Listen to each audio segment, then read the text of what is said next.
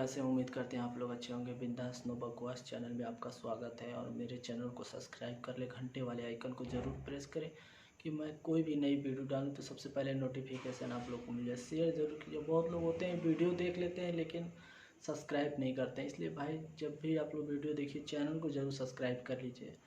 और आइए आज जिस वीडियो पर रिएक्शन देने वाले हैं आलम सर की वीडियो है। वीडियो देखते हैं फिर वीडियो के बारे में बात करते हैं, ठीक है। आइए वीडियो देखते हैं पहले। जय हिंद। इस वीडियो में हम समझेंगे कैसे सियाचिन को वापस पाकिस्तान से छुड़ाने के लिए ऑपरेशन मेघदूत चलाया गया, कैसे हम लोग ने ऑपरेशन राजीव को अंजाम दिया और पाकिस्तान ने जो कब्जा कर लिया था कायद पोस्ट, उसे कैसे हम लोगों ने वापस लेके उसे बाना पोस्ट में बदल दिया। तो इस वीडियो में हम भारतीय सेना के उस गौरव गाथा की चर्चा करेंगे जिसकी पूरी दुनिया कायल है, क्योंकि दुनिया का सबसे ऊंचा युद्ध का मैदान जहां पर -55 डिग्री सेल्सियस टेम्परेचर रहता है, वहां पर भारतीय सेना दुश्मन का मुकाबला की।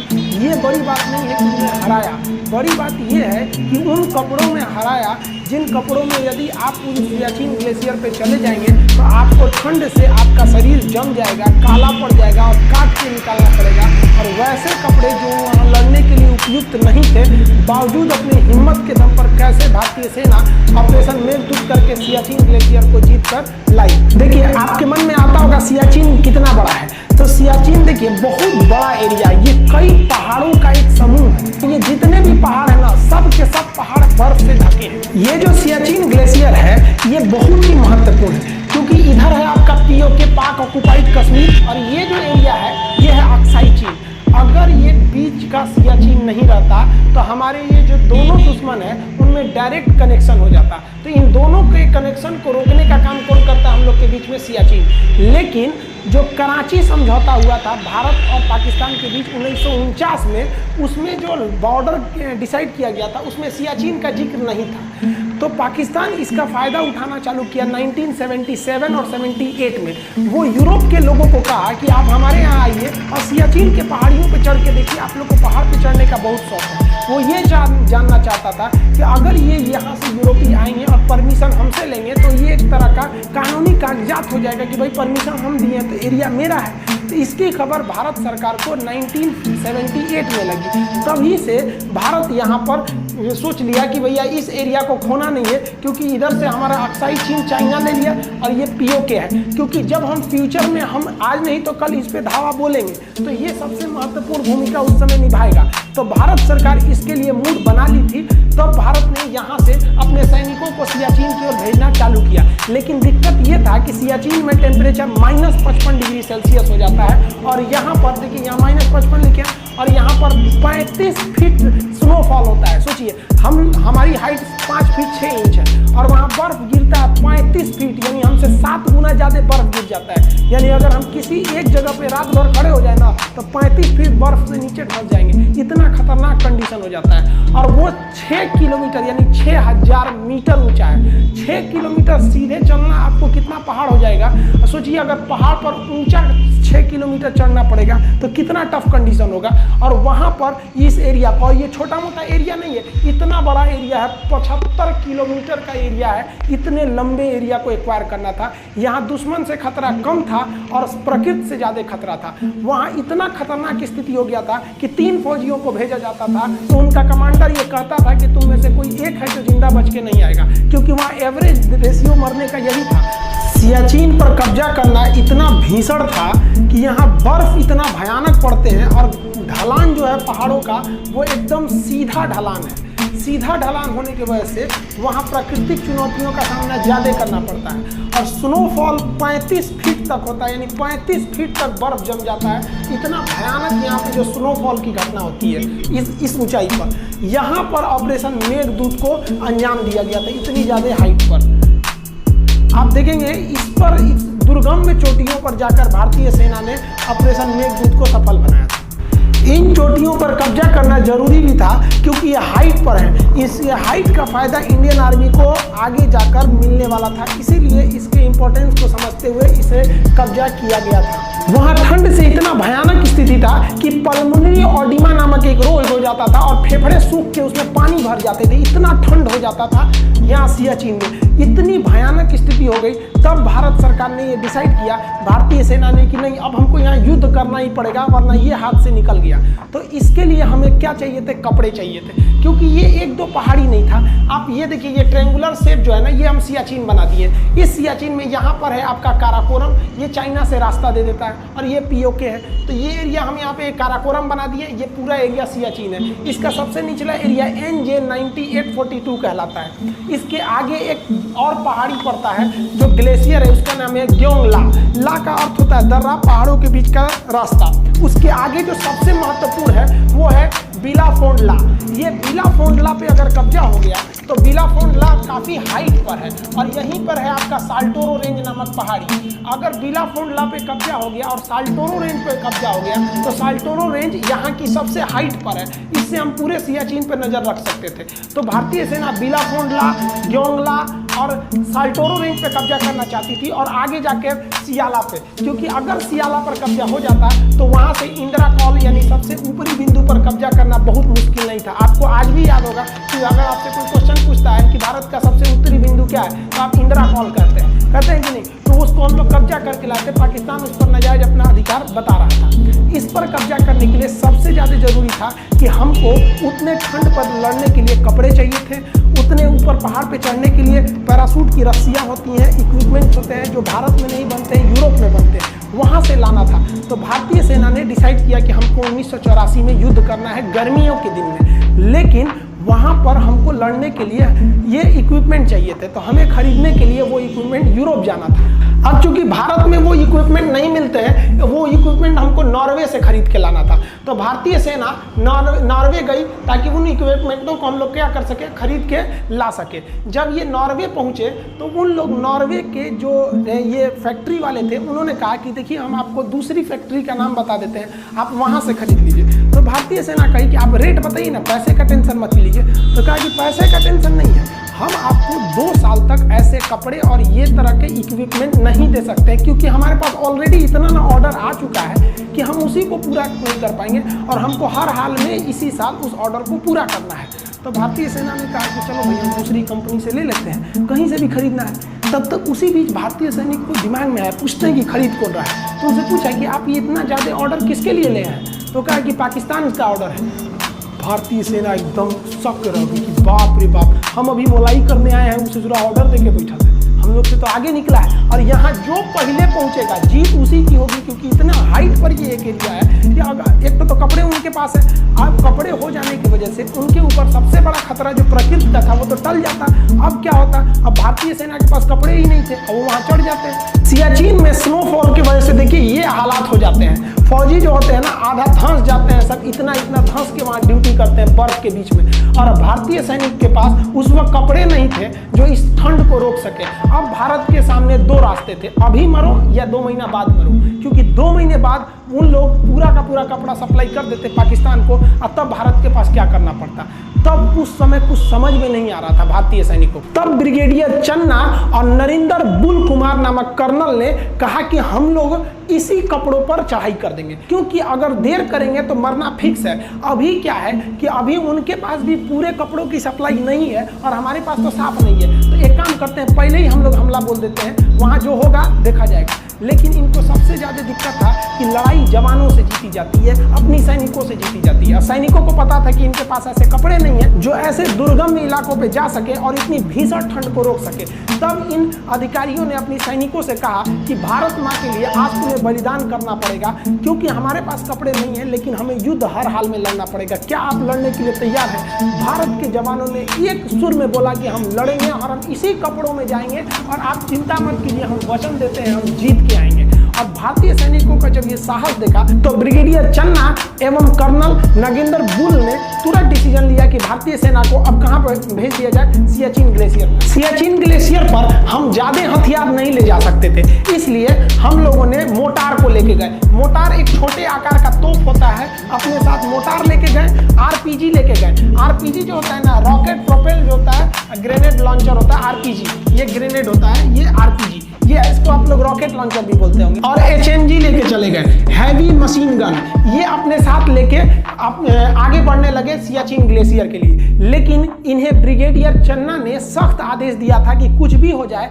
उन पहाड़ों पर जाके आप लोग अपना रेडियो सिग्नल मत ऑन कीजिएगा, वरना जैसे आप रेडियो सिग्नल ऑन कीजिएगा वहां पर तुरंत इसकी खबर पाकिस्तानियों को लग जाएगी। लेकिन जैसे हमारी सैनिक ऊपर की ओर बढ़ने लगे तो हमारी सेना का जो रेडियो ऑपरेटर था उसे पल्मोनरी ऑडिमा हो गया, उसके फेफड़े में पानी भर गया। अब उसे वापस ले जाना जरूरी था, तो उसे ऐसे दुर्गम में पहाड़ियों पे जब चढ़ने के बाद उतारना था तो सैनिक उसे उतारने लगे। लेकिन इसी बीच एक और सैनिक की ठंड के कारण इतना ज्यादा उसका फेफड़ा में पानी भर गया कि उसकी वहीं पर मौत हो गई ठंड की वजह से। हमारा एक जवान वहां शहीद हो गया ठंड से, इतनी बुरी स्थिति थी वहां पर, और वहां पर आंधी तूफान भीषण आ गया। उसके पार्थिव शरीर को भारतीय सेना 2 दिन तक अपने साथ रखी थी, लेकिन कर क्या सकती थी, हमारी सेना का उसूल है कि हम एक भी जवान पीछे नहीं छोड़ेंगे।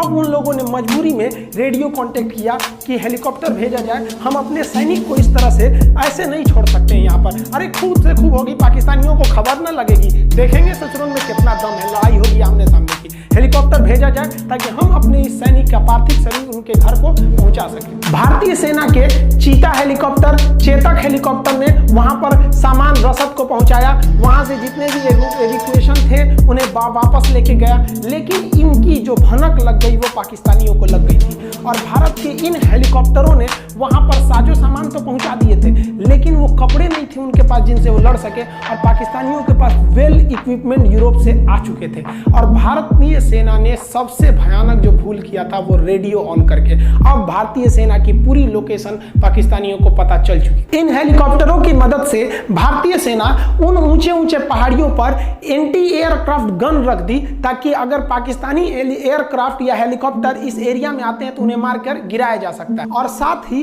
बैकअप के लिए पीछे में हम लोगों ने तोप को तैयार रखा था कि अगर युद्ध का लेवल बड़ा होता है तो हमें तैयारी में कोई कोताही नहीं करनी है। ये हैवी रेंज आर्टिलरी जो थी ये बैकअप सपोर्ट के लिए थी, जबकि सियाचिन ग्लेशियर पर इसे तैनात किया गया था एंटी एयरक्राफ्ट गन को। ये छोटे गन होते हैं, इसे उतनी दूर पर हेलीकॉप्टर से पुल करके ले जाया जा सकता है, लेकिन ये हैवी आर्टिलरी को नहीं ले जाया जा सकता था। हालांकि इन सब की जरूरत ही नहीं पड़ी, इतना दम कहां था उन सबों में जो लड़ सके भारतीयों से। ठंड में जब भारतीय सेना टेंट डाली थी तो वहां पर इन लोग को आराम करना बहुत जरूरी था। टेंट के अंदर ठंड थोड़ा कम लगती है, तो भारतीय सेना ने एक सैनिक को टेंट के बाहर रखा, बाकी सैनिक टेंट के अंदर रहते थे। एक सैनिक का काम बाहर था, वो हमेशा ड्यूटी करते रहता था, उसकी शिफ्ट चेंज होती रहती थी। लेकिन 13 अप्रैल को जब ये मिशन चालू हुआ था तो उसके 3-4 रोज बाद ऐसे जैसे हम लोग आगे बढ़ते गए तब एक दिन ऐसा आया, ड्यूटी पर थे लांस नायक चंचल, उनको अचानक हलचल दिखाई दी पाकिस्तानियों के मूवमेंट की। पाकिस्तानी ना HMG मशीन लेके आए थे, हैवी मशीन गन। इस HMG गन से वो अंधाधुंध फायरिंग करने लगे और भारतीय सैनिक सोए हुए थे। यहाँ अगर 5 मिनट की देरी होती तो वो लोग सो रहे भारतीय सैनिकों को मौत के घाट उतार देते। यहाँ सबसे बहादुरी का काम किया था लांस नायक चंचल ने। उसने अपनी राइफल से इस भयानक मशीन गन का मुकाबला करते हुए सीधे रणभूमि में कूद गया और गोली मारना चालू किया। और जैसे गोली चालू किया तो इधर से भी फायरिंग हुई, उधर से भी फायरिंग हुई। इस फायरिंग की आवाज सुनकर भारतीय सैनिक उठ गए। तब तक यहाँ से लांस नायक चंचल ने ये HMG चला रहे पाकिस्तानी के ठीक हेडशॉट किया था। जैसे गोली मारा, यहाँ से चंचल ने गोली मारा और वहां से पाकिस्तानी गोली आके सीधा हेडशॉट किया लांस नायक चंचल को। लांस नायक चंचल की उंगलियां उसके बाद भी बंदूक पर थी और वह मरने के बाद भी गोली चलाता रहा था। इस साहस को देख के पाकिस्तानियों का दिल दहल गया। तब तक भारतीय सैनिक उठ चुकी थी। वो उठने के बाद नींद क्या चीज होता है, तुरंत धावा बोल दी और 5 मिनट के अंदर अंदर पाकिस्तान के 26 सैनिकों को मौत के घाट उतार दिया। और ये वैसे सैनिक थे जिन्हें यूरोप से कपड़े दिए गए थे कि इन कपड़ों को पहन के आप लड़िएगा। भारतीय सैनिकों के पास तो एक ही चीज की कमी थी, इन कपड़ों की। इस ससुरा क्या करेगा सर, उधारे कर दिया लोग, उसको ले जाओ ससुरा खोलकर। अब भारतीय सैनिकों के पास जो कपड़े की कमी थी वो कपड़ा तब हो ही गया। अब इधर जो पाकिस्तानी थे वो ओवर कॉन्फिडेंस में थे। उन पाकिस्तानी बेस कमांडरों को लगा कि जो वो 26 सैनिक भेजे हैं ना, वो लोग अब अपनी जगह पे पहुंच गए हैं, जबकि वो तो अपने जगह पे नहीं दूसरे जगह पे पहुंच गए थे। उनकी लाश को भारतीय सेना इज्जत से दफना दी और भारतीय सेना इनके ड्रेसों को पहन के अब रेडी थी। पाकिस्तानी फौजी जो थे बेवकूफ़ सब, उन लोगों ने जो रसद था, जो सामान थी या जो ड्रेस एक्स्ट्रा थे वो ले आके यहाँ गिरा दिया। उनको लगा कि ये जो पाकिस्तानी सैनिक ड्यूटी कर रहे हैं, वहाँ ड्यूटी कर रहे थे भारतीय सैनिक। आज भी वहाँ जो ड्यूटी करते हैं ना भारतीय सैनिक को पाकिस्तान के पैसे से खरीदे हुए जो ड्रेस भेज दिए थे वही पहन के ड्यूटी करते हैं। सोचिए कितना बुरा लगता होगा पाकिस्तानियों को जब भारतीय सैनिक को जो वर्दी देखते होंगे सब, तो क्या सोचता होगा, ससुरा कहीं का हम खरीद के लाए थे, हमारा वर्दिया ले लिया यहाँ पे। ठीक है ससुरा, तुम औकात में रह के लड़ाई लड़ो ना, ये क्या मतलब हुआ, कुछ कर देंगे। इस पहली कामयाबी के बाद भारतीय सैनिक का मनोबल अपने 7वें आसमान पर था और इन्हें अब किसी चीज की कमी नहीं थी। अब ये लगातार आगे बढ़ते रहे। ये ग्योंगला, बिलाफोडला, साल्टोरो रेंज, सियाला कब्जा करते हुए आगे बढ़ते रहे और बहुत ही जल्द देखते देखते भारतीय सेना ने पूरे सियाचिन को अपने कब्जे में ले लिया। ये बिलाफोडला है। अगर यहाँ पर आर्मी पहुँच जाती तो यहाँ से हम नुब्रा वैली, यहाँ जहाँ से नुब्रा नदी निकलती है, वहाँ के रास्तों को हम बंद कर सकते थे। इसलिए बिलाफोडला को कब्जा किया गया ताकि वहाँ से जो पाकिस्तानी एंट्री कर रहे थे उसको रोका जा सके। यहाँ देखेंगे ये जो बिलाफोडला है, यहाँ से जब नदियाँ, ये ग्लेशियर का बर्फ पिघलता है तो ये जाके मिल जाता है इस नुब्रा नदियों में। ये नुब्रा नदी है, यहाँ से बहती है और ला का अर्थ क्या होता है, पतला रास्ता। यहाँ से पतले रास्ते भी जाते हैं नुब्रा नदी के बगल से। बिलाफोडला के कब्जा के बाद अब आर्मी जो थी वो सियाला की ओर बढ़ रही थी। सियाला में पहाड़ियों की जो ढलान थी वो एकदम खड़ी थी, जहां पहुंचना काफी दुर्गम में था।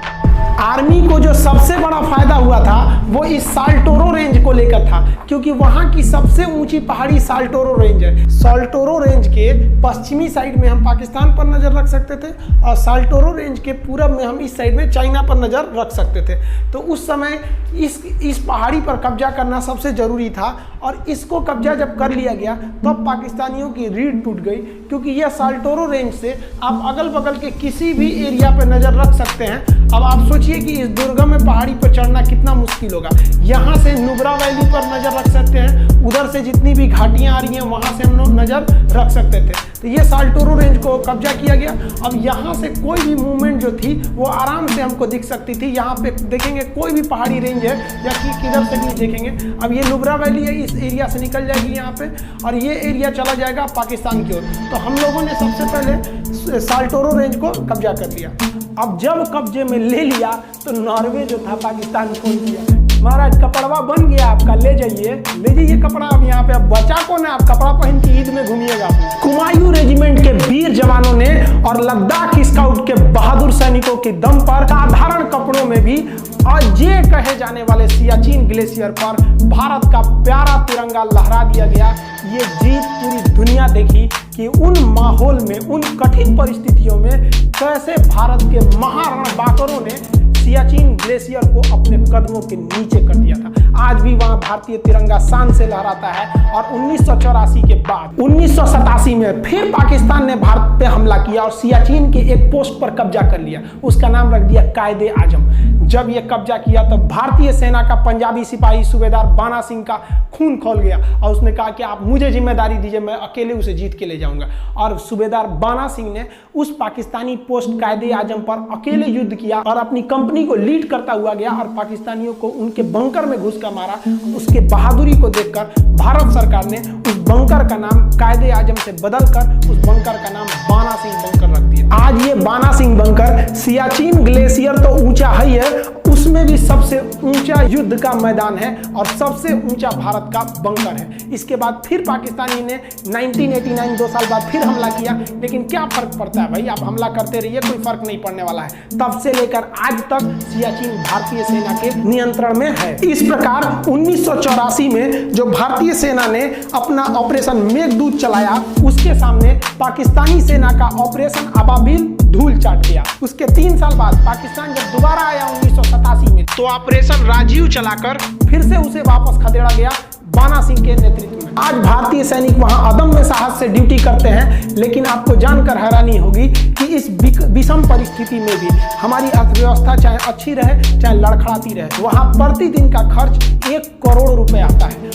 और एक रिपोर्ट के अनुसार वहां पर लगभग 1000 सैनिकों की शहादत हो गई, किसी दुश्मन की गोली से नहीं बल्कि विकट मौसम की परिस्थिति से। वहां सैनिक बर्फ से दब जाते हैं, वहां सैनिकों को भाला से, बर्फ में ना भाला दबा दबा के खोदना पड़ता है। अगर भाला अंदर जा रहा है मतलब वहां बर्फ है, जहां रुक गया मतलब समझिए सैनिक है वहां पर, वहां ऐसे खींच के निकाला जाता है हमारे वीर सिपाहियों को। इन वीर सिपाहियों के साहस के बदौलत ही आज हम हिंदुस्तानी चैन की सांस लेते हैं। एक सैल्यूट इन भारत के वीर सिपाहियों को, धन्य है मां जो इसने सूरवीर को जन्म दिया। भारतीय सैनिक के इस अदम्य साहस एवं बहादुरी की गाथा सुनकर हर हिंदुस्तानी का सीना गर्व से चौड़ा हो जाता है। लेकिन पाकिस्तान अपने करतूतों से बाज नहीं आया। वो 1999 में फिर इस सियाचिन को काटने के लिए करगिल में घुसपैठ कर दिया। करगिल की घटना क्या थी इस पर आप कहेंगे तो एक सेपरेट वीडियो बना देंगे। आई होप आपको ऑपरेशन मेघदूत और ऑपरेशन राजू समझ में आ गया होगा। मिलते हैं नेक्स्ट वीडियो।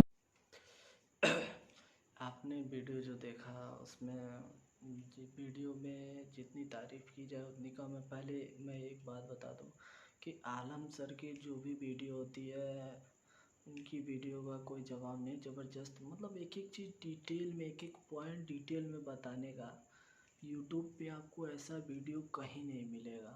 ये एक एक चीज़, हर चीज़ बारीकी से बताते हैं जिसका कोई हिसाब नहीं है। और इसमें आप बता दें अपनी जो इंडियन आर्मी है उनका भी कोई जवाब नहीं है, मतलब बिल्कुल।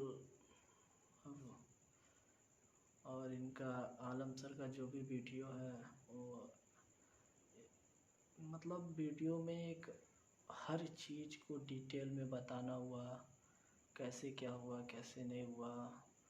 और अपनी इंडियन आर्मी के बारे में मैं बोल दूं कि जैसे वो लोग ताकतवर तो है ही हैं, लेकिन जो वो लोग अपना माइंड लगा के कैसे हमको क्या करना है, वो लोग बहुत बहुत अच्छा काम किया उन लोगों ने, जो अपना माइंड लगा के।